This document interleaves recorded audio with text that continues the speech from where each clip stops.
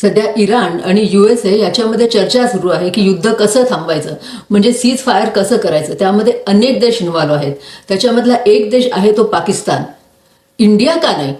खरं तर इंडिया हा पाकिस्तानपेक्षा स्ट्रॉंग देश आहे, पण तरी सुद्धा जेव्हा मेडिएटर म्हणून निवड करण्याची गरज असते तेव्हा इंडिया बाहेर का, हेच आपण आज जाणून घेणार आहोत. बोलता विषय मध्ये आपले स्वागत. पाकिस्तानचे चांगले संबंध दोन्ही देशाशी आहे, म्हणजे इराणशी पण आणि अमेरिकेशी पण. म्हणून पाकिस्तान हा परफेक्ट मेडिएटर राहील. इराण आणि पाकिस्तान बॉर्डर शेअर करतात, त्यामुळे त्यांची मैत्री, त्या बॉर्डरमुळे सुद्धा मैत्री आहे. आणखीन कम्युनिकेशन हे जरा फास्ट होऊ शकतं. इंडिया बाहेर का? इंडियाचे USA आणखीन इस्रायल या दोघांशी स्ट्रॉंग रिलेशन आहेत. त्यामुळे इराणला हा डाऊट येऊ शकतो की इंडिया हे व्यवस्थित बॅलन्स करेल का मेडिएटर म्हणून. शिवाय इंडियाची पॉलिसी काय, तर मेडिएटर नको. जर तुम्हाला इंडियाला जर कोणी मेडिएटर नको, तर मेडिएटर म्हणून काम करणे हे सुद्धा ऑब्जेक्शनेबल होऊ शकतं. ह्याच्यावर सुद्धा ऑब्जेक्शन असू शकतं. त्यामुळे इंडिया स्वतःच थोडंसं मेडिएशन करणं बाहेर राहते. यामध्ये सुद्धा एक इंटरेस्टिंग ट्विस्ट आहे.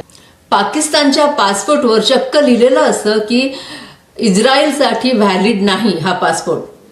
तरी सुद्धा पाकिस्तान हा मेडिएटर का? म्हणजे पब्लिकली पाकिस्तान इस्रायलला मान्यता देत नाही, परंतु जिओपॉलिटिकली त्याचे संबंध, पाकिस्तानचे संबंध हे इस्रायलशी चांगले आहेत. थोडक्यात काय, मेडिएशनसाठी ताकद नाही, ट्रस्ट लागतो. इंडिया ताकदवर आहे, पण ट्रस्टचा जेव्हा प्रॉब्लेम येतो तेव्हा इंडिया जरा खाली जातं.